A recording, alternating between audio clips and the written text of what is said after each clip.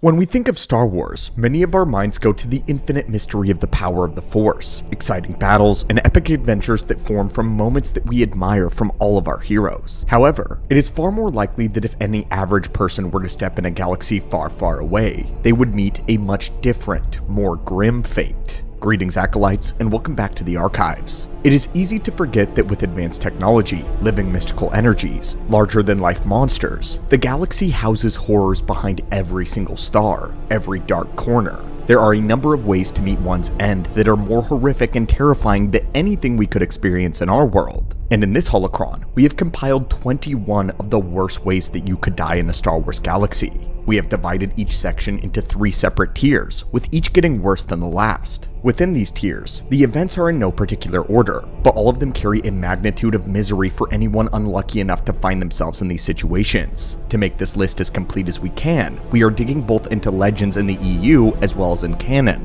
And if you believe that there is a horrific way to pass in Star Wars that we did not explore, please let us know in the comments below so we can continue the discussion there.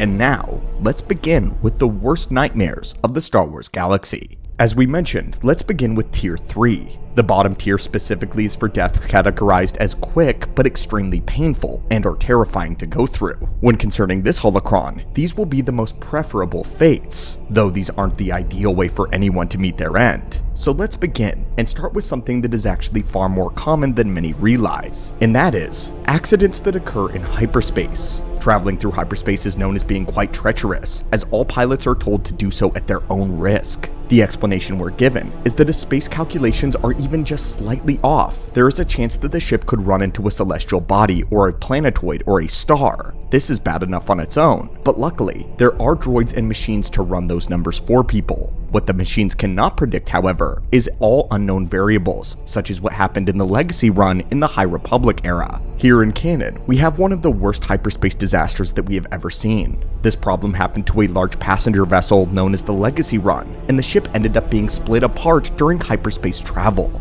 This is a horrific way to go. Luckily though, it's extremely quick, and you would likely die before you felt anything. The closest fate we have to this in our own real world would be being killed by the pressure of a deep sea voyage, like in a submarine. An instantaneous implosion, though in hyperspace, there would be far more tearing. The next fate is a specific move using a lightsaber. Some may think that any death by lightsaber belongs on this list. However, this is not the case. Lightsabers kill very quickly, in fact, and are considered a merciful weapon because of this, though there exists a forbidden lightsaber technique by the name of the side talk. This is known as the bisecting blow, and is the act of cutting someone into 2 separate pieces, typically by slashing them horizontally across the waist. This move is soft banned by the Jedi Order, and considered barbaric, as it causes undue suffering to the target. But what really places this on our list is what the Sith like to do, which is a vertical side talk, beginning from between the legs and ending through the skull. Moving on, blaster wounds are often underplayed in Star Wars lore, but getting hit by a bolt of compressed plasma is not going to be anywhere near painless. In fact, blasters caused far more pain than regular bullets do,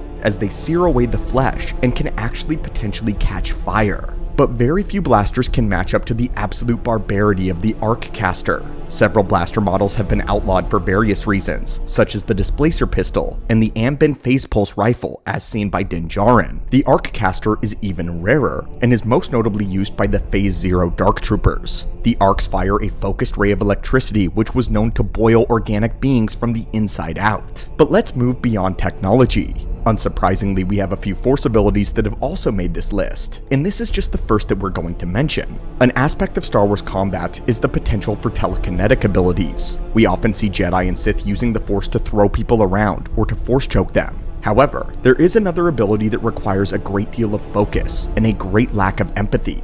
This ability is known as Force Rend, possibly one of the most wretched abilities that barely anyone speaks of. Force Rend is the act of having a Force user take control over your body and violently contorting each limb and joint individually, or all at once before doing so to your neck and finally ending the suffering. We place Force Rend in Tier 3 because it does happen very quickly, and it isn't something that has been known to be used as a torture method, but of course the last moments are extremely painful. And we'll get back to the Force a little bit later. In a galaxy where space travel is the norm, perhaps one of the most terrifying aspects about being a part of a spacefaring crew is ensuring that you have a good relationship with your commanding officer. In Star Wars, the threat of getting jettisoned out of an airlock is a very real one. This is something that could happen to us in our own world, but it was a common way of disposing of pirates, bounty hunters, and even the Empire. Jettisoning a living person out of an airlock was especially cruel, as someone would be exposed to the vacuum of space and the icing of it. Most preferred to be shot with a blaster over being ejected from an airlock. One most notable person was Dr. Aphra, who literally begged Vader to kill her with his lightsaber instead of having her jettisoned. The next terrible fate we will explore is an encounter with the horrifying creature known as Null Null. The creature is a mass grayish ooze which controls itself by a central hive mind. It is able to separate itself and grow as it feeds off of organic things and absorbs them into the mass. It is said to be as old as the galaxy itself and even can touch the Force. It can telepathically speak to people as well as transform itself into many different creatures. We have done full holocrons on Null Null before, but the highlight of the worst part of the creature is how it actually kills, or how it corrupts its prey. The slime will lunge at organic beings, entering the body through any orifice it can find, usually the eyes, mouth, or even pores in the skin. It then proceeds to consume the insides of the victim until they are filled completely with only Null Null, where it will then proceed to pilot them around as a host body, attempting to find another victim. And to finish off Tier 3, we believe that perhaps everyone would agree that one of the most terrifying ways to go in Star Wars is being eaten by some massive creature. Whether crushed and consumed by a rancor, or swallowed by some impossibly large being like a space worm or a Summa Verminoth, much like being killed by a superweapon, this is one of the most terrifying and hopeless ways to have your life ended. However, we do not include the mighty Sarlacc in this category, because the Sarlacc belongs in Tier 2, and those consumed by it suffer a far worse fate. Tier 2 is where we get into the meat of what inspired the entire list in the first place, and it is characterized as death, both slow and extremely painful. So of course, we must start out this tier with the Sarlacc. This creature's claim to fame is that the victims die by being digested over the course of 1,000 years. When hearing this, some should think that it should be in Tier 1, but in fact we disagree.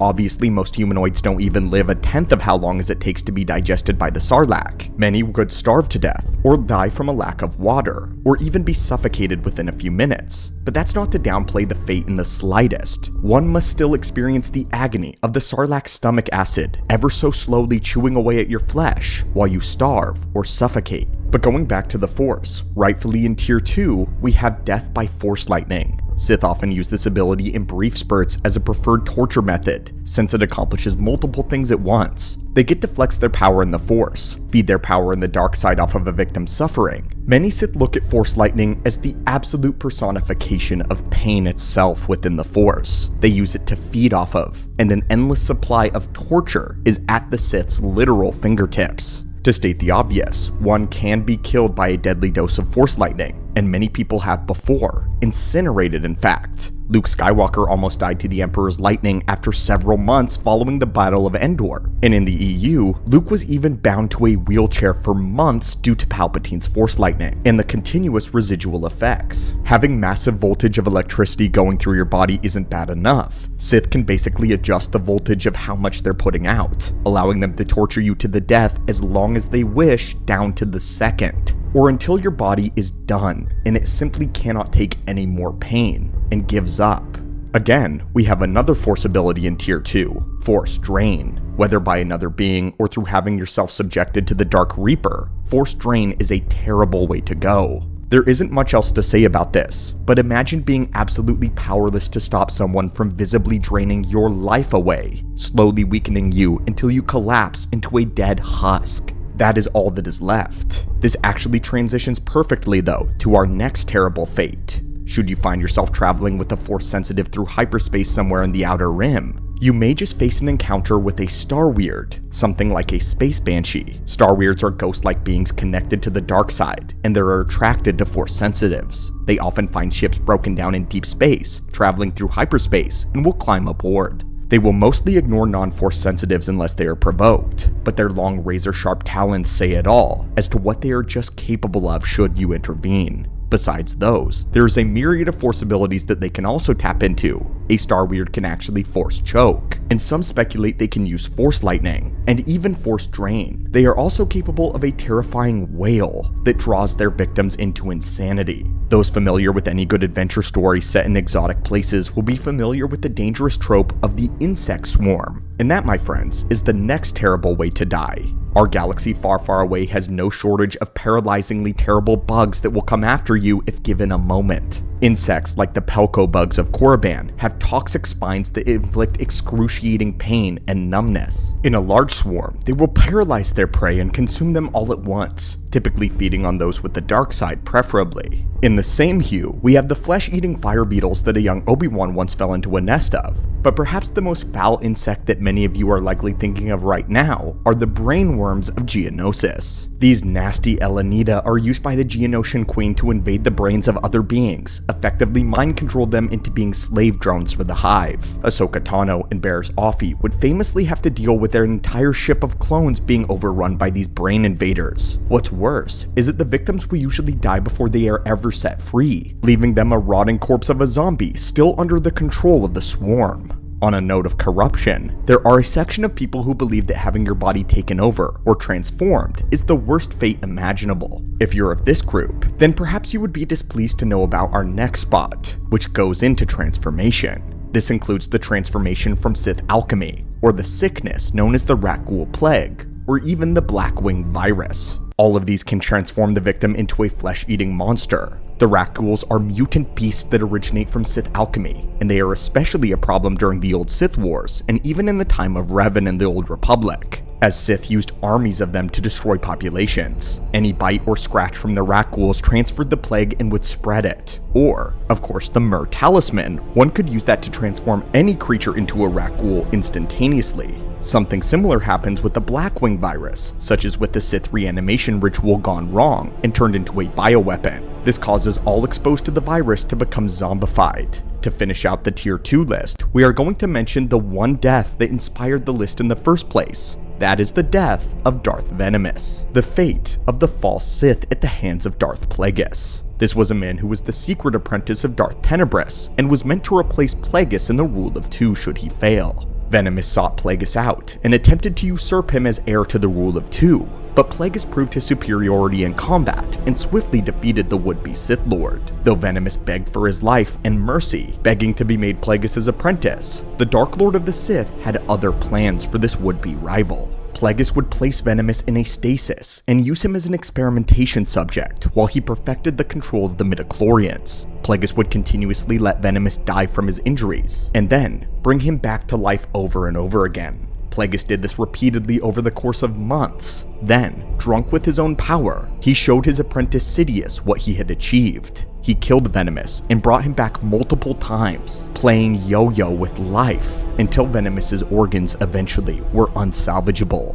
This is perhaps one of the worst ways to die mortally in Star Wars. Up until now, these deaths have been absolutely horrific. But what if you suffered through your end and were unable to die? Or perhaps, what if you met an end that takes so long, is so torturous, that you wish you simply would have never been born? Well, my friends, welcome to Tier 1. Fates worse than death. We're going to kick off this with two separate fates that actually do allow you the sweet release of death, although after much suffering. For those of you who have been following the archives for quite some time, you may recognize this one, and that if you were a Jedi who found yourself on the planet of Zygoula, this would be one of the worst fates you could suffer. Zygoula was a dark and a twisted planet of the Sith. It was subject to a long holocron that we released not too long ago, and it told the story about how this evil planet nearly killed Obi-Wan Kenobi. In the story, Obi-Wan suffered through multiple severe injuries while being incessantly tortured in his mind by the planet itself, and the dark energies that lay dormant within, now only attacking the brain of a Jedi that was brave enough to step foot there. It screamed at him, repeating the phrase, "Die, Jedi, die, die," throwing him into fits of visions that brought him back to the worst moments of his life. Obi-Wan was forced to watch Qui-Gon Jinn die, and to relive this incident with fire beetles, remembering being mutilated by Dooku, watching his friends be tortured. The only thing that made the voices grow quieter was Obi-Wan actively harming himself to achieve some form of clarity. He saw all kinds of hallucinations, and his very sanity was being extracted from him. He was being pushed closer and closer to the dark side. At one point in a fit of rage, Obi-Wan nearly killed Bail Organa. Both his life and the light side of the Force, as well as his sanity, was nearly stripped entirely from him by the planet. A planet that appeared to have been designed to punish and kill Jedi in the worst way possible. One of the only fates to rival this is the fate that Darth Nihilus suffered after the destruction of Malachor V. Wounds in the Force do occur, but how can any person console the idea of being a literal walking wound? Nihilus was unrightfully punished with this fate, and because of this, he had a hunger for living energy that could not be satiated. He was forced to feed on more and more energy, but in a cruel twist of fate, the more that he fed, the more his hunger would grow. His hunger threatened to consume him entirely, causing him to literally implode on himself should he ever fail to feed. Nihilus's body would vanish into nothingness, and the shadow would consume whatever remained of his soul. He was unable to anchor himself into reality, and had to bind his very spirit to his mask and his robes, or else he faced oblivion.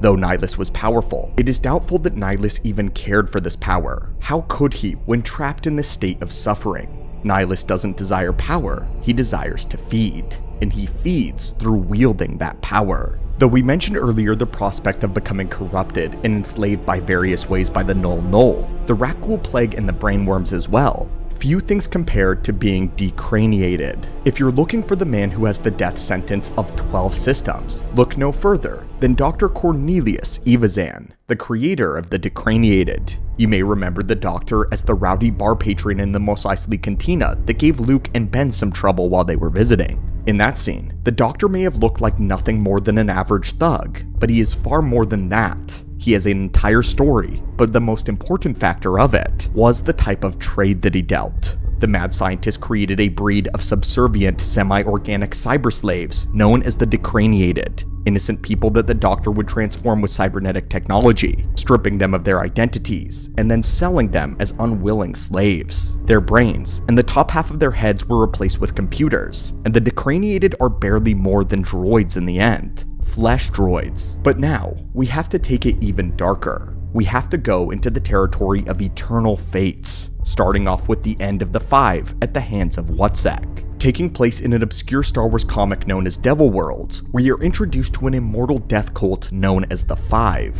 The Five have just captured Princess Leia, Han Solo, and Chewbacca. Aboard their strange interdimensional ship, the Five reveal a collection of odd beings, among which appears to be a cluster of lights and an energy that the Five refer to simply as Whitesand, a Force demon, and the last of his kind. Whitesand was sentient and incredibly powerful. Whenever he was freed by Chewbacca, the demon went on a rampage, brutally murdering each member of the Five and absorbing their souls within his incorporeal form. It is then revealed that he intended on torturing their souls for the rest of eternity. In the realm of immortal prisons though, we ought to mention the aftermath of the Thought Bomb, a Sith ritual that was used only once and for very good reason. The Thought Bomb was detonated on the world of Ruusan, and it marked the end of a long and a bloody conflict, as well as the ending of what is known as the New Sith Wars. Through the focused willpower of many unified Sith, the bomb unleashed the full volatility of the dark side, and when detonated, a Thought Bomb annihilated the entirety of every Force-sensitive being caught within its blast radius, absorbing their fragmented souls into a swirling vortex of perpetual torment that resolved into an orb of silver energy. This happened to Lord Khan and the Brotherhood of Darkness, as well as 100 members of the Jedi's Army of Light.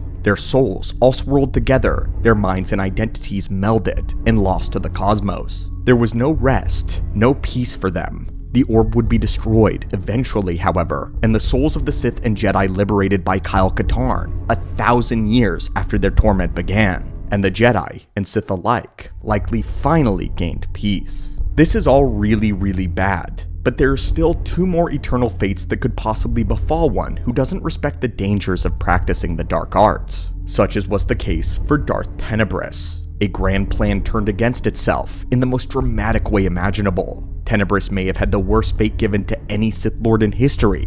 Tenebrous's ultimate plan was to eventually possess the prophesied Chosen One, to become a god using essence transfer, wanting to find the Chosen One as a young man and a child so that they would be easy to consume. This would give Tenebrous access to a body with a historic amount of midichlorians, As his own body began to perish at the hands of Plagueis though, Tenebris entered his apprentice's body, utilizing the midichlorians to do so, and slipped into his very cells using a power known as the retrovirus. As the retrovirus spread, the Sith Lord gained access to Plagueis' powers of foresight in the Force, something that he admittedly was lacking in compared to his apprentice. But when peering into the future, Tenebris discovered Plagueis' own death at the hands of his apprentice Sidious. This vision horrified Tenebris, as Plagueis would soon die and he didn't even know it, disallowing Tenebris to fulfill his ultimate goal and to get his hands on the Chosen One. Fully giving himself over to panic, Tenebris escaped Plagueis' body to think about a way out, only to discover when he emerged his own mummified remains,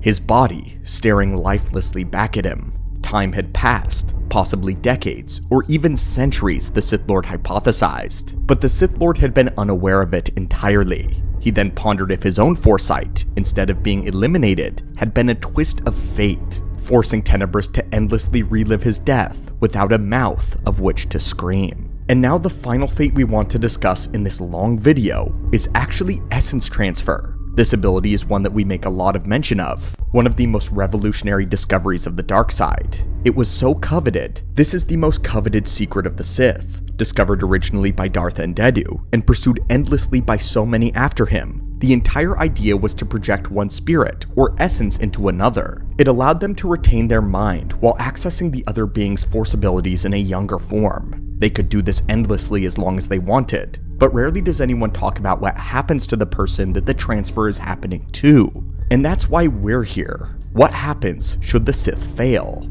Yes, failure is very possible when performing dark transfer. This is why the ritual is so dangerous. There is a risk to everything. This is why Tenebris targeted the Chosen One as a young boy. One who was sufficiently strong enough could fight off the spirit of a Sith trying to invade their body and reject them entirely. Obviously, the spirit of the victor gets the body. But what happens to the loser? The one too weak to fight off the Sith spirit? Or perhaps the Sith spirit that failed? What happens to them? Well, all we know is that they are lost, gone into the void of nothingness. There is no peace in the afterlife, no punishment of the beings sent to chaos like Sith.